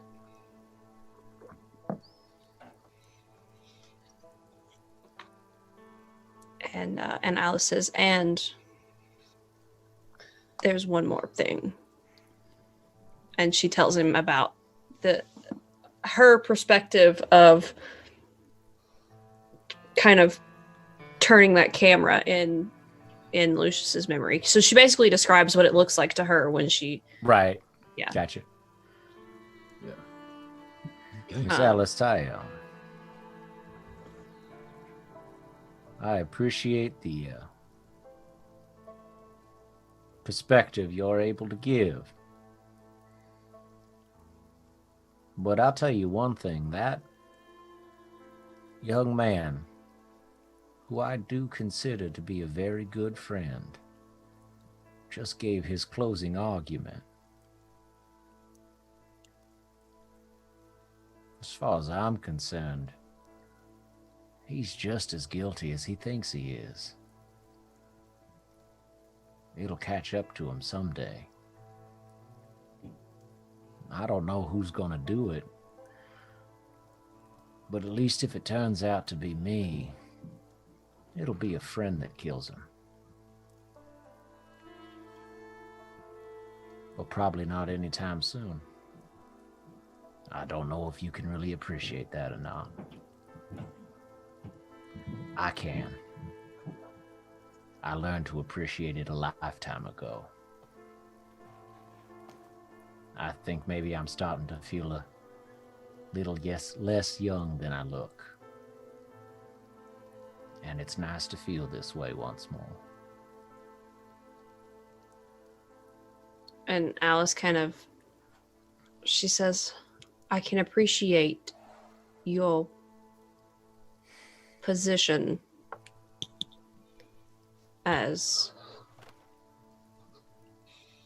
far as pertaining to what you do. But at least the girl, I can see no way that it's his fault that she's dead. And as far as Edward, well, he might not be dead at all. Undead isn't not dead. This badge sent me out here to kill someone. I very much hope it's not him. And he nods to Lucius. And Alice says, I suppose time will tell about this Edward, if he's alive or dead or undead. But I hope the same.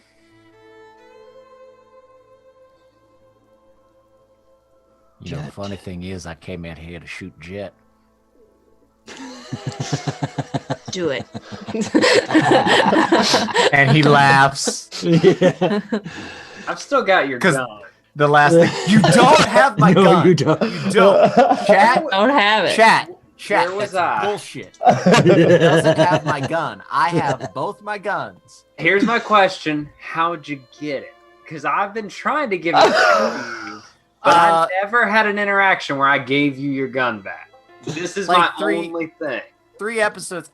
In all seriousness, I don't want to spend time on this. The episode before I left, at one point, I made sure to say that Baptiste comes up and says, "I do need that back now." I should And legitimately. if it didn't happen then, that it did happen the day that we all controlled Baptiste. So Yeah, It's- yeah. I the distinctly running joke is remember fine, them but I trading should guns have my when Baptiste gun. was gone.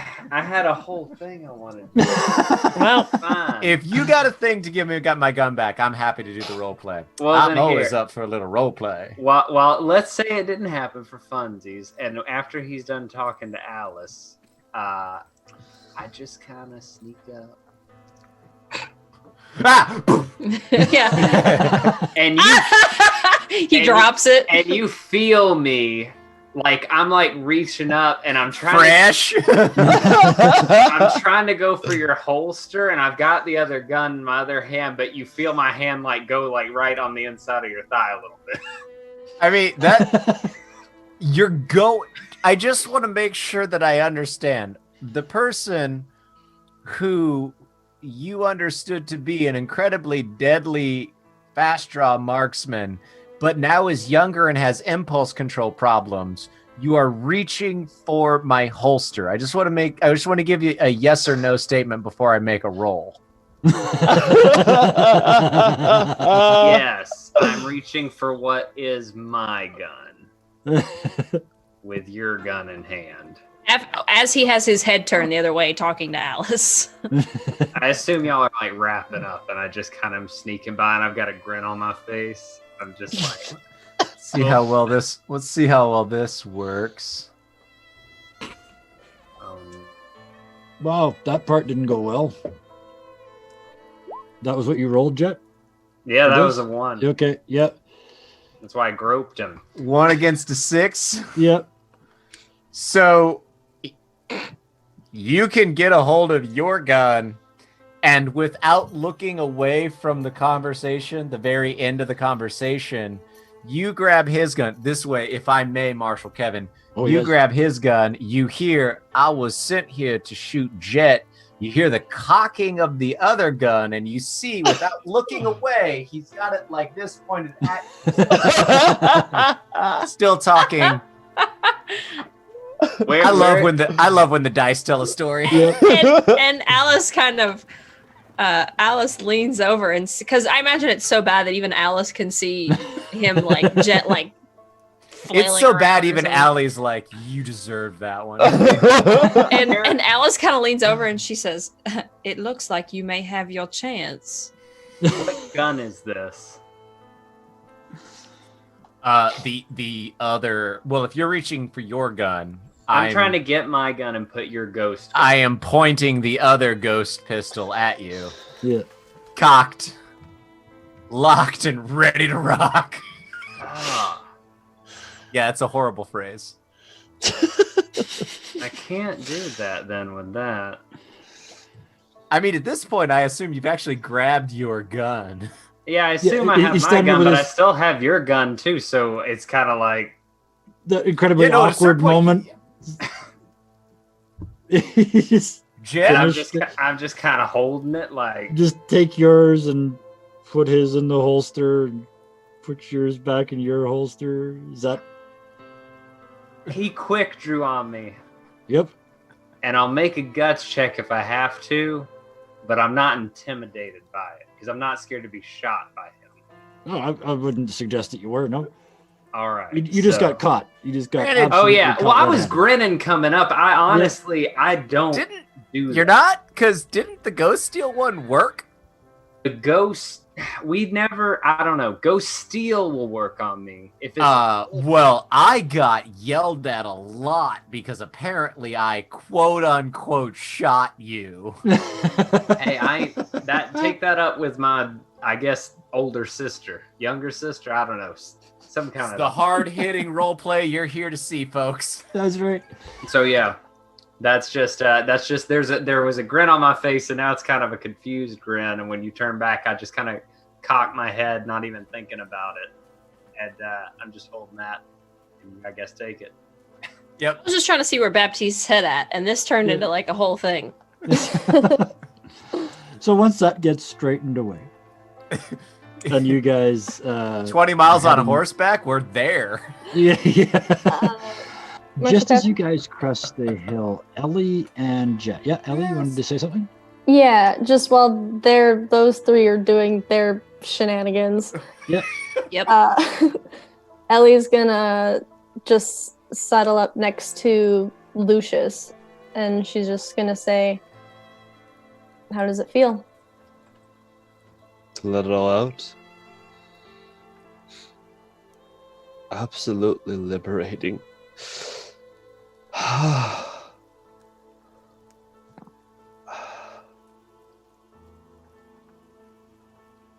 You know, there's a saying, "The lady's always right," and Miss Alice is right. About? What happened to Lily? It's not your fault. And as for what happened to your friend, I don't condone trying to kill someone. I don't think I ever really will. But if someone had shot Carson, I can't say I wouldn't have acted the same. We make mistakes. We live with it. We get better because of it. Don't eat yourself up inside. Let yourself be better because of it.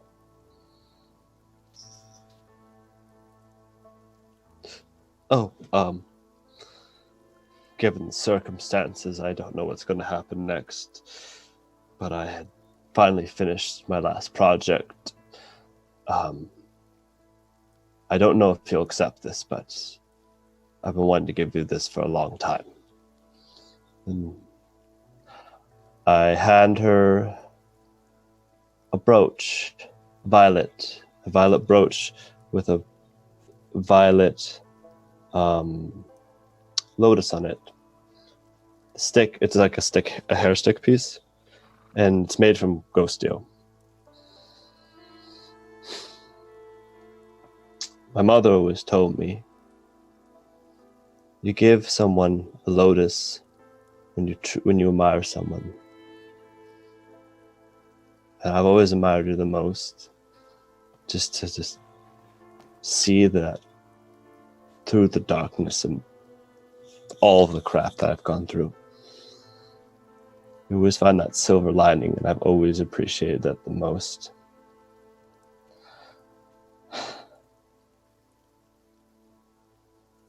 I gave it to her. Ellie's gonna look at it for a second, almost like have the thought of, I don't know how to put this in my hair. Yeah. This is Ellie, right? I mean, Yeah. I'll teach you. jeans and a t-shirt, right? It's actually designed also as another function. As you know, I always give a double feature. So when you have it in your hair, right, if somebody tries to grab you or do anything, you just take it out and you stick it into the pressure point right here, or the eye, or just I point out the pressure points and stuff like that. Mm-hmm. All the ones that you can utterly fail to hit in combat, but you can point them out to her. I know biology. I know biology. Hush you. I just couldn't resist. But yeah, it's you know, often the most beautiful flowers have the most potent poison, and you are no one to trifle with. This is just a little bit of an extra punch for you. and makes a nice accessory. I also teach her how to put it in the hair properly. I made, well, I'm sorry if this sounds odd. My late fiance had one. It was a white one. I buried it with her, actually. I hope that doesn't seem odd. I simply admire you. That's all I wanted to say. I appreciate it. You didn't think you didn't think I would just give you that little knife over there and that belt, right? I don't know how the boys feel, but at least you have 2 women here who believe in you. From the start. I know that at least both those boys know not to mess with Miss Alice, so you got that going for you. Thank you for always having my back, you and Miss Alice. I really have to thank her. I don't give Miss Alice enough credit, in all honesty. I think she gives herself enough credit. All right, well. But no, it doesn't hurt to remind her that she's a good friend. Thank you, Ellie. And Ellie's just gonna kind of guide her horse away and just kind of ride off, kind of by herself. Jet. This connection to Raven is really tenuous. Like, you're having to really concentrate. You don't know if you could do anything right now. Just before you crest that little hill, it's like she snuck up behind you, like you just snuck up behind Baptiste, except she's good at it, and she's just in your head. Bang! Right behind your eyes, looking out. Oh, I thought he'd never say yes. And I probably stumble back a little. Or we're on horses, so yeah, Yep. just kind of loosen the reins a little bit. Ooh. Hi. Howdy. Oh, I had to ask my brother for permission to come here. Oh, little shit. Almost said no. How does that work? What do you mean? I say, can I come in your house? And he says, and then finally when I'm so mad I could just tear his little head off, he says yes. All right. You same brother from back when, or different brother? No, silly, that was his house. I really don't know any of this. No, you don't. And she's just kind of giggling in your head. At least we're on the same page. This is Scorpion, silly. I had to ask him if I could come here. Huh. All right. Will I meet this one? Oh, I hope not. Fair enough. Well, I'm glad to see you again. I'm glad you could make it. Things have been, and I just cocked my head. Interesting, to say the least. And she just grins, okay. And you get the sensation of her leaving, and she's flying now. She's free again. She's just enjoying herself. Fair enough. And you guys cover this last little bit and get to the crest of this valley. You're still sort of in the bottom of a pass, but it's this mountain pass that climbs over. And as you get to where you can see below it, kind of from the top down, as you crest this hill, you see the sun, first of all, just sort of about a diameter of and a half of its own height above the horizon. The horizon is that infinite ocean horizon. It's so long you can see the curve. It's that blue on blue on blue, because there's the blue water, the blue haze, and the blue sky at the horizon, all kind of fading, getting lighter as it gets closer to you. A little closer still, there's a blue mist that swirls and swoops around. Lucius, you know what this is. The rest of you can just sort of barely make out these plateaus just sticking up out of the mist. Yes? Like mist that swirls around in a sentient way? No, not at all. No, this is... Never mind. Please continue. This is the fractured lands is what you're seeing. This is all these little islets and everything. They are essentially flat at the top. They're all about the same height, and they range in size from a couple 100 feet across to a mile. But they're separated. They're all like islands floating in this mist. And Lucius... And they're down in the valley? They are down in the valley at this ground level of the floor of the ocean. Fucking Burbank. And Lucius, you know that mist is fully 200 feet thick. So there's the surface of all these islands, and the city of Lost Angels is all at this level. And it's full up to within 100 feet of the top of that. There's this mist underneath. So you can never see the water from the surface unless you go down into that mist. But that mist is the result of this water swirling and hammering in amongst the bases of these islands, slowly eating them away, slowly eroding them with its implacable force. This is where the earthquake took place, isn't it? This is where California fell apart. And I tell them that this is the day, this is the place where it all changed. What does the church have to say about the Great Quake and all of that, and ghost steel in general?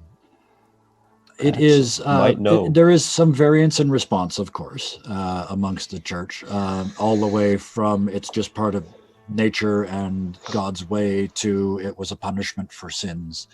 The full range is covered. But like the official, like, because Baptiste was Catholic, so like the official Vatican line is act of God. Okay. Yeah. No sense of judgment, but an act of God, I guess would be the easiest way to put that. Between you and that, as you climb that rest of the way over the crest and come back to solid ground, where the city of Lost Angels is, you can see it, a whole city laid out in front of you. There's no movement. There's no carts, no horses, no people, no smoke coming out of chimneys. A dog here and there, maybe a coyote, a fox. But that's it. And on the farthest bit of land, Lucius, you know they didn't build right to the edge. They left, after the quake, they left a prudent distance between the edge of the city and the edge of the land. But right over on the edge of that land is something that was not there when you lived here. It is a massive tripod. 3 legs sticking up out of the horizon together, forming this 3-legged thing. If you saw the white X's and they were 35 feet tall, at this range, these have got to be at least 150 to 200 feet tall, this tripod. And from where you're standing, you can see an array of ropes that come back from it that are drilled like tent pegs into the ground that are holding this tripod in place. Because from it, heading out into the mist, into the ocean, is a rope that you can see. It's so big, you can see it from this distance. And it just drops down into the mist over the ocean. And you know, you used to live here. In that direction, the closest island is over half a mile to the first of the fractured lands. Little bits of the city at your feet, below you, are burned. Lucius, the neighborhood you lived in and grew up in, is burned. It's flat. There's nothing left of that neighborhood. But where your aunt lived appears to be standing.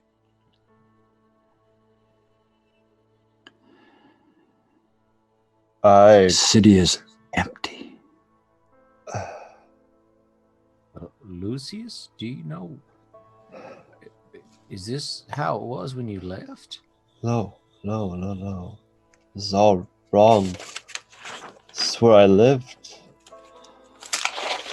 I look at the house where my aunt's house. But you can see the neighborhood from here. You guys are still sort of out of town up on this hill, right? Okay, so we're not close enough where I can get off and just. No. That's how. What? This is where I lived. It's gone. Except for my auntie's house just over there. My Auntie Lynn's house. She sent you the letter. Yeah. Did she mention any of this? She told me not to come back, and things have changed. I didn't imagine it would change this much. Oh, that seems to be the understatement of the decade. Maybe she knows what happened. I mean, I feel like we should probably head to your aunt's house, but do you want to check on your parents' place? Is that gone, Marshal Kevin, or that whole neighborhood where your house and their business is all burnt? Yeah, it's gone. It would have been right over there. Well, I mean, I'm sure we could make your aunt's place within the hour if we ride hard. You said you can see it from here, right? Yeah, I'm just like going up a little bit faster, like just going. Mm-hmm. Yep. So you tear down the hill. The rest of you follow? I'm hanging in the back, but yeah. Yeah. So let's do this ride. You guys head into town and you get into the suburbs first and you start blowing past these houses and down these streets. Lucius, you probably don't notice much of this because you're focused entirely ahead where you're going. I'm focused on threats. Yeah, you're watching for movement and that sort of thing. So mostly the other three are Yeah, Alice is looking for clues and story. Yeah. Looking for the story, yeah. And Jet, you said you were bringing up the rear, sort of just covering everybody? I'm kind of in my own headspace right now, but I'm just behind, letting them do their thing. So in that case, let's have Alice and Ellie make scrutinized checks for me. Another fucking 9. All the 9s. What in the world? You are the 9 champ tonight. Dude. Yeah. A 12. Okay. Yeah, you should do better like Ellie. Well, And Ella's just better than me. I don't know. So the two of you noticed a couple things. This evacuation, because that's clearly what this is, happened in an orderly fashion. Any of these houses that have shutters, the shutters are closed and locked. Any of them that didn't have shutters, they've had wood like nailed over the windows and nailed across the doors to seal these places up. There's, you notice too, if there was storm windows to put on a house, they're up. If there was doors to put on, they're up. Like they were preparing for bad weather or something. It's very strange. But it's all very uniform. It's like there was an order went out and they had time to prepare. This is not a run for your lives exodus. This is we're leaving a week Thursday, have your shit together, show up here. It was organized. It's clear to you guys. Ellie, you notice 3 other things. One, every once in a while, there's a sign of looters, like a door broken open in a house. But it's very rare. Like in the whole ride through this whole section of the city, you maybe see 2. So either nobody was left behind or they're afraid or something. But for whatever reason, there's been very little looting. The other thing you notice, which is really strange, is as you guys cross one of the major thoroughfares, the rest of them kind of blow across, and you look down as you're riding. There's 2 flat strips on the road, and they're like 8 feet wide, and they go all the way down the road. There's 2 of them, and you look back and forward, and you almost have, like, it doesn't make sense. They're 40 feet apart and 8 feet wide each. They look for all the world like cart tracks. digging into the dirt.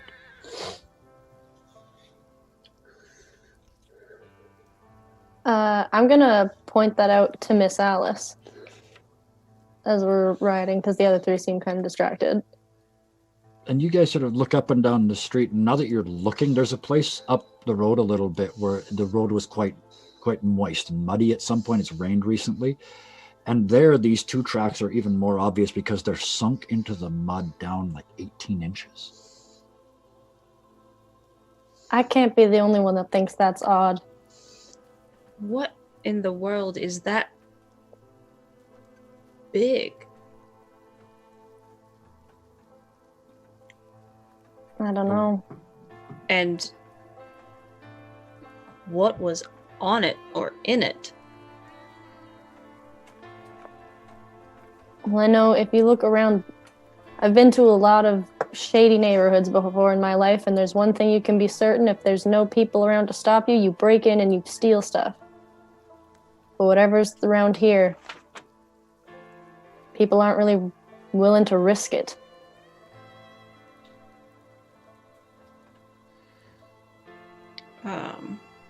Is it, Alice says, is it that they're not willing to risk it, or is that they were so thorough that only very few people slipped through the cracks?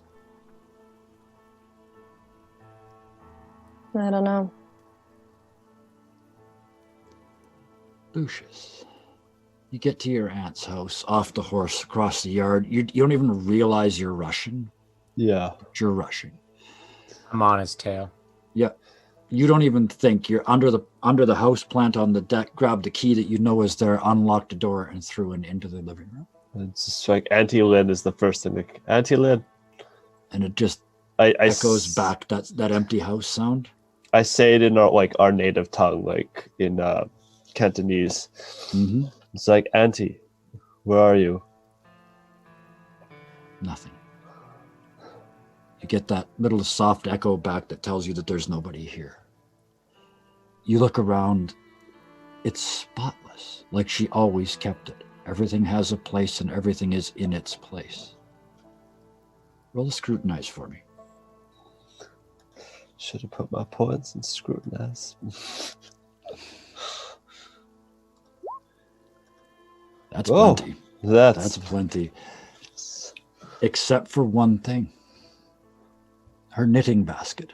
The little it's a really neat little thing because you grab it and you pull and the top part comes up and apart.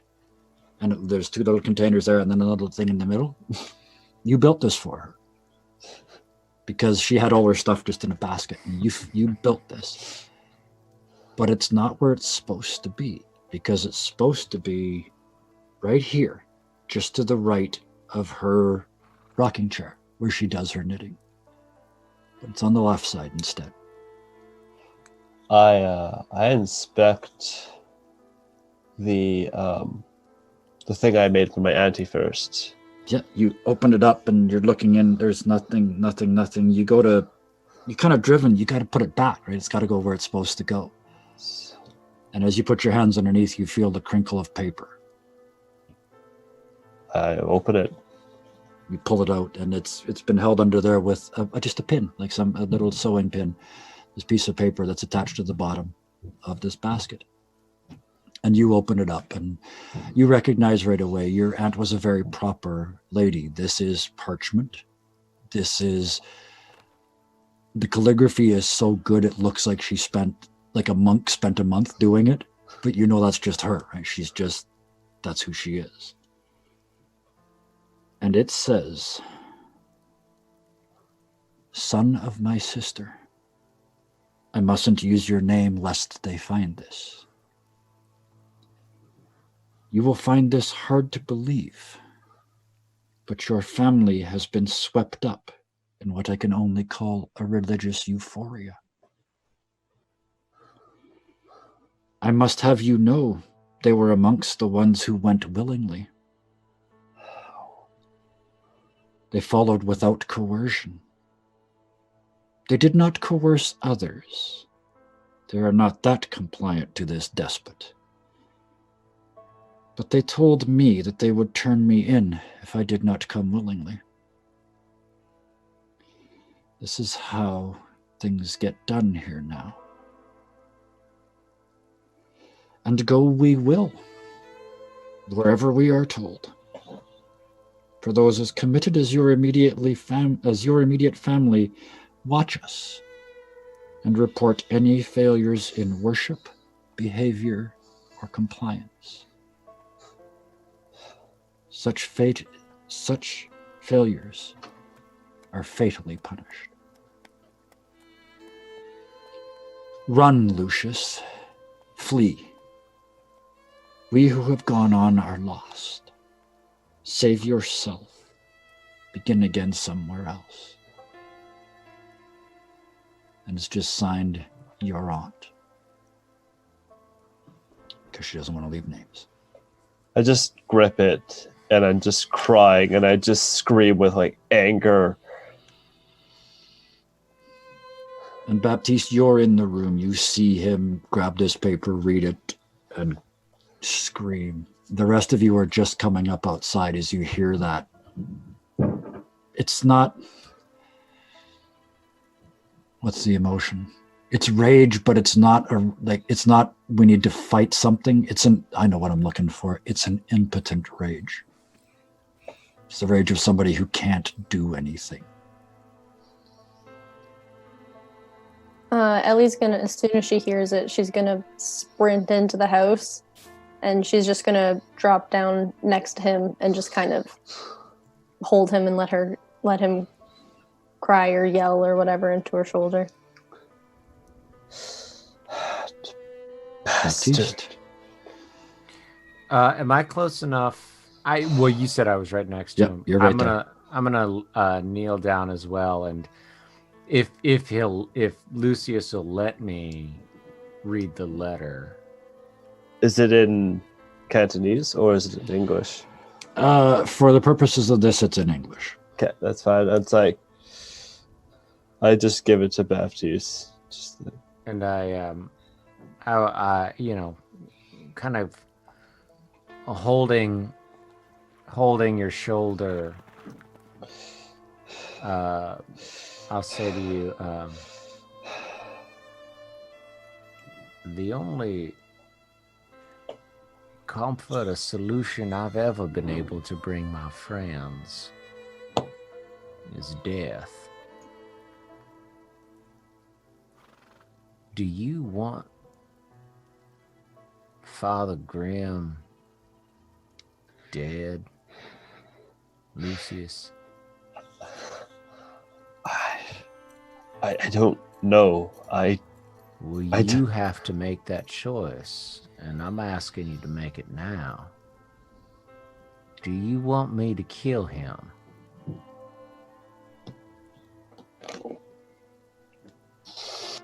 The last two walk in to hear that sentence.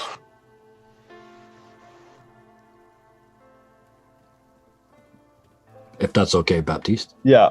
If you're Yeah, okay I'm with just them hearing waiting it? for. Okay. I'm just waiting Yep. for his answer. Okay, yeah. Alice actually, she'll kind of walk in and see that everybody's okay, and she's actually gonna stand watch outside in Fair the enough, event yep.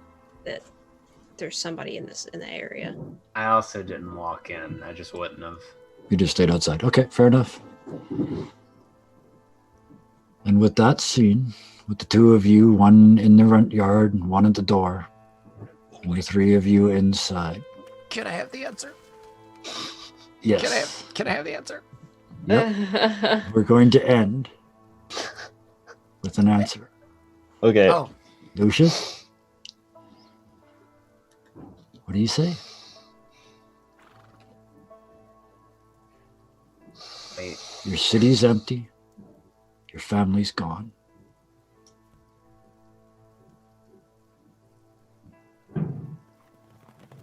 Only if you allow me to help.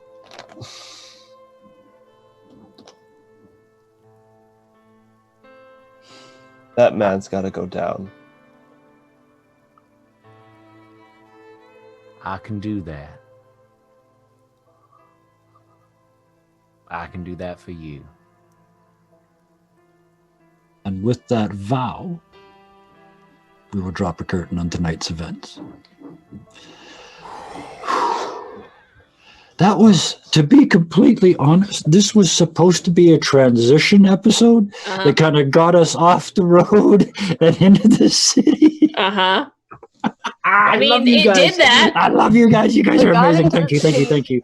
Never a dull moment. That was amazing. Hey, man, look, you're never really sure what timeline you're in until you stop and look around for a minute. That's exactly it. Oh, You know, the man. only thing that was missing was a shootout with a bunch of aliens. I don't know why we haven't had one of those. Oh, really? It seems. Oh, my nose. Oh, my nose has been rubbed in something. Oh, it smells bad. I gotta say, I did get to see that scene, and it was fantastic. Jet, you It were amazing. was really good. There are 7 alternate universes where that actually played out. Yeah, I'm sorry. I don't know how you managed to kill Baptiste in that cellar, but it I happened. know, it's weird as hell. Makes of all of them, sense. of all the Makes ones sense. to kill, it was him. Holy Well, that's smokes. because Baptiste is an alien. Hey, now let's not spoil Worms. season 3. I kissed an alien. Oh, God. That's right. Oh, God. And I liked it. Don't worry. Oh, no. I kissed a worm and I liked liked it. All right, well, I think that's all the show we got for you today. That's what we got for Kev, you why this don't you week. wrap us up? Take it home. Oh man, normally I would do a thing where I let everybody say a thing, but holy smokes, I for one am emotionally exhausted by what we just went through tonight. So I think I will just say thank you, Ryan. Go watch him on Roll for Initiative. Sam, man, dude, here's Lucius. Finally, I Lucius, thank held you. this for months. Oh, Months. Thank you. Ellie and Jet, well, let me do this. Hannah and Sky, thank you for your patience tonight. We didn't get a lot of either one of you in, but when we did call on you, you jumped in with both feet. So thank you. And Miss Alice, oh my goodness. Somebody's head, Yeah. Chessie, Yeah. all kinds of stuff. Yeah. So, wow. There it is. There's the YouTube. Thank you, Sky. Go to our YouTube. Check out all of our previous episodes. Check out all the stuff that happened earlier this week. The stuff that isn't up there yet is still good. Still on VOD here for the next couple days at least. Beyond that, Sundays, we got the Mercs of Mischief. Mondays, we got Too Many Warlocks. Tuesdays, we got this. Thursdays, we've got Unnightly Partners. Yes, our short adventure with 3 of the people that are here tonight, actually. Yeah. So playing very different characters. A flighty half-elf, a I don't know what loud, you're talking about. obnoxious Sky's bard. the exact same. There's no difference between a the flighty Sky bard character and the nicest mushroom boy you've ever met in your whole life. Oh, shucky darn. Well, we've also got on YouTube, starting tomorrow, a new Yep. series. It's going to be coming out weekly for a while, where we build the Evelyn Knights Academy characters in Hero Forge, Yes. starting with the Redan. So be sure to hop over there and follow us for that. Oh, that's going to be excellent. Yeah, keep an eye on That's that. good. Keep it a great place to keep track of all this stuff is our Discord. Join us there if you haven't already, because all this stuff goes there. And that is enough dotted I's and crossed T's for me for tonight. One last thing. Sorry. Oh, one last thing. I yeah. just wanted to mention I have released the last final piece out of 3-part series of Lucius's Fables. You can check it up on Excellent. Jacob's Scarred Adventurer. Guard Adventure, the that is blog. correct. Yeah. So for a little extra content if you want to know a bit more. Yes, and for those of you to want to know what the Scorpion reference tonight might be to, go and give that blog a read because it's kind of important. And with that tease, thank you all so much. And even though we're in an empty city, one of these damn weeks, I'm going to shoot one of you people. Good night. Whiskey in their fist, like the drunken gnome illusionist. The drunken gnome illusionist had almost sobered up. He held his flask of whiskey and he toasted buttons up. Then he heard a voice from high above him sadly ask, Would you like to share? I've got a cup. the dragon wasn't blue or black or red or green or white, silver, copper, bronze or brass or gold as morning light. 'Twas an amber-colored dragon, just like whiskey from a flask. I'd rather share a drink than have a fight. And the whiskey dragon smiled as they shared a drink or two. The drunken gnome illusionist, he knew just what to do. With permanent illusions, made the dragon's lair anew. Fulfilled the whiskey dragon's lifelong wish. Now the cavern was a tavern where the whiskey air would flow.